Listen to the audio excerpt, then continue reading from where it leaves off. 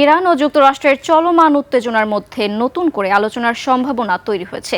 ইরানের পক্ষ থেকে এমন একটি প্রস্তাব আসতে পারে যা যুক্তরাষ্ট্রের প্রধান শর্তগুলো পূরণ করতে সক্ষম, এমনটাই জানিয়েছেন ডোনাল্ড ট্রাম্প। আলোচনার জন্য বিশেষ দূত স্টিভ উইটকফ এবং জ্যারেড কুশনারকে পাকিস্তানে পাঠিয়েছেন ট্রাম্প। এদিকে ইসলামাবাদে ইরানের প্রতিনিধি দল অবস্থান করলেও যুক্তরাষ্ট্রের সঙ্গে বৈঠকের পরিকল্পনা নেই বলে জানিয়েছে তেহরান। অন্যদিকে ট্রাম্পের যুদ্ধবিরতির তোয়াক্কা না করে হামলা পাল্টা হামলায় জড়িয়েছে লেবানন, ইসরায়েল।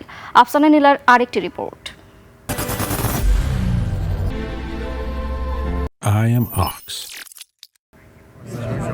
সংকট নিরসনে আলোচনায় অংশ নিতে ইরানের প্রতিনিধি দল পাকিস্তানে পৌঁছেছে, আর যুক্তরাষ্ট্রের প্রতিনিধিরাও রওনা হয়েছে ইসলামাবাদের উদ্দেশ্যে।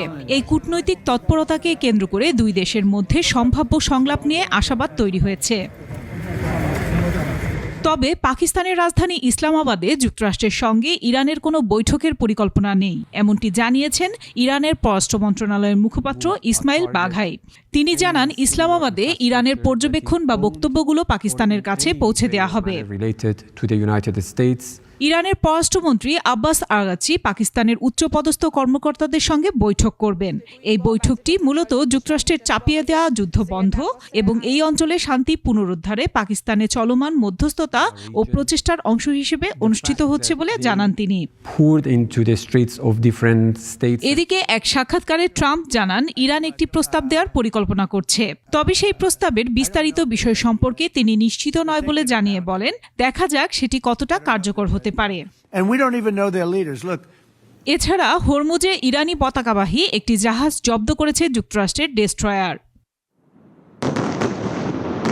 অন্যদিকে লেবানন ও ইসরায়েলের মধ্যে চলমান যুদ্ধবিরতির মেয়াদ আরও ৩ সপ্তাহ বৃদ্ধি করা হলেও ট্রাম্পের ঘোষণার একদিন পার না হতেই দুই পক্ষ আবারও পাল্টাপাল্টি হামলায় জড়িয়েছে। ইসরায়েলি প্রধানমন্ত্রী বেনিয়ামিন নেতানিয়াহু বলেছেন, লেবাননে তার বাহিনীর কার্যক্রম পরিচালনার পূর্ণ স্বাধীনতা রয়েছে, আর হিজবুল্লাহ বলেছে অব্যাহত ইসরায়েলি হামলার কারণে এই যুদ্ধবিরতি অর্থহীন। আফসানা নীলা, ডেস্ক রিপোর্ট, ২১ টেলিভিশন।